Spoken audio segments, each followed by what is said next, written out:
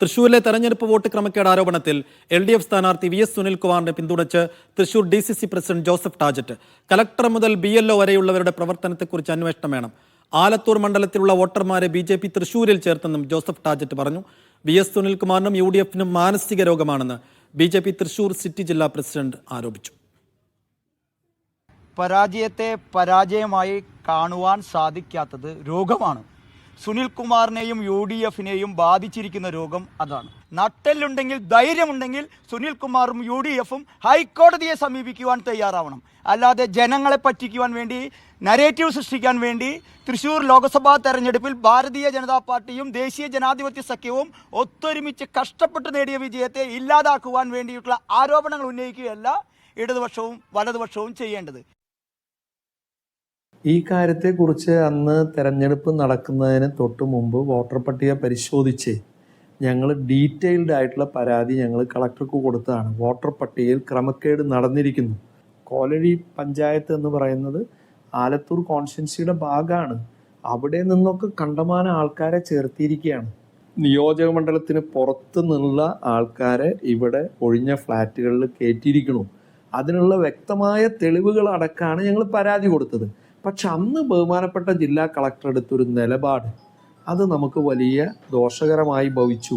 65,000 പേരെ ചേർക്കുമ്പോൾ അതിൻ്റെ വെരിഫിക്കേഷൻ നടത്തുന്നത് ബൂത്ത് ലെവൽ ഓഫീസേഴ്സാണ്, BLOമാരാണ്. അവരുടെ പങ്കും ഇതിൽ അന്വേഷിക്കണം. നട്രാജ് പരശുരാം വിശദാംശങ്ങൾ നൽകും. നട്രാജ്, കാര്യമായ അട്ടിമറി ഈ തൃശ്ശൂർ തെരഞ്ഞെടുപ്പിൽ നടത്തുന്നു എന്ന ഒരു ആരോപണം ആദ്യം ഉന്നയിച്ചത് VS സുനിൽകുമാറാണ്. അതിനിപ്പോൾ കോൺഗ്രസിന്റെ പിന്തുണയും കൂടി വരുന്നു. അങ്ങനെയെങ്കിൽ ഒരു പരിശോധന വേണമെന്ന ആവശ്യം ശക്തമാവുകയാണ്. അങ്ങനെ ഒരു പരിശോധനയിലേക്ക് പോകാനുള്ള സാധ്യതയുണ്ടോ?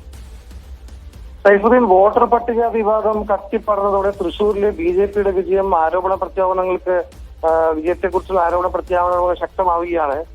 കോൺഗ്രസ് ഇക്കാര്യത്തിൽ സ്വതന്ത്ര അന്വേഷണം വേണമെന്ന് ആവശ്യപ്പെട്ടിട്ടുണ്ട്. നേരത്തെ തന്നെ തെരഞ്ഞെടുപ്പ് സമയത്തൊക്കെ തന്നെ ഇത്തരത്തിൽ കൂടുതൽ വോട്ടുകൾ ചേർക്കപ്പെട്ടിട്ടുള്ളതും ചട്ടം പാലിച്ചിട്ടില്ലെന്നും കോൺഗ്രസും അതുപോലെ തന്നെ CPIയും ഒക്കെ തന്നെ ആരോപിച്ചിരുന്നതാണ്. പക്ഷെ അന്ന് ചേർക്കപ്പെട്ടവർ വോട്ട് ചെയ്യട്ടെ എന്ന നിലപാടാണ് ജില്ലാ ഭരണകൂടം സ്വീകരിച്ചത്. അത് തെറ്റായി പോയി എന്നാണ് പ്രധാനമായും അന്ന് തന്നെ ആരോപണം ഉയർന്നത്. ഈ രാഹുൽ ഗാന്ധിയുടെ പുതിയ വെളിപ്പെടുത്തലിന്റെ പശ്ചാത്തലത്തിൽ വീണ്ടും ആരോപണം കടുപ്പിക്കുകയാണ് കോൺഗ്രസും ഇടതുപക്ഷവും എന്ന് പറയാം. അതായത് സുനിൽകുമാറിന്റെ വാദങ്ങൾ പിന്തുണച്ചുകൊണ്ട് DCC പ്രസിഡന്റ് രംഗത്ത് വരുന്നത് നമ്മൾ കണ്ടു. അതായത് സുരേഷ് ഗോപിയുടെ ബന്ധുക്കളും സുഹൃത്തുക്കളും തൃശ്ശൂരിൽ വോട്ട് ചേർത്തിട്ടുണ്ടെന്നും ഇത് സംബന്ധിച്ച് നൽകിയ പരാതി വേണ്ട വിധത്തിൽ പരിഗണിക്കപ്പെട്ടില്ലെന്നും ജോസഫ് ടാജറ്റ് പറയുന്നു. ഇനി കോൺഗ്രസ് തന്നെ നേരിട്ടിറങ്ങി വോട്ടർ പട്ടിക വീണ്ടും പരിശോധിക്കുമെന്നും അദ്ദേഹം പറയുന്നുണ്ട്.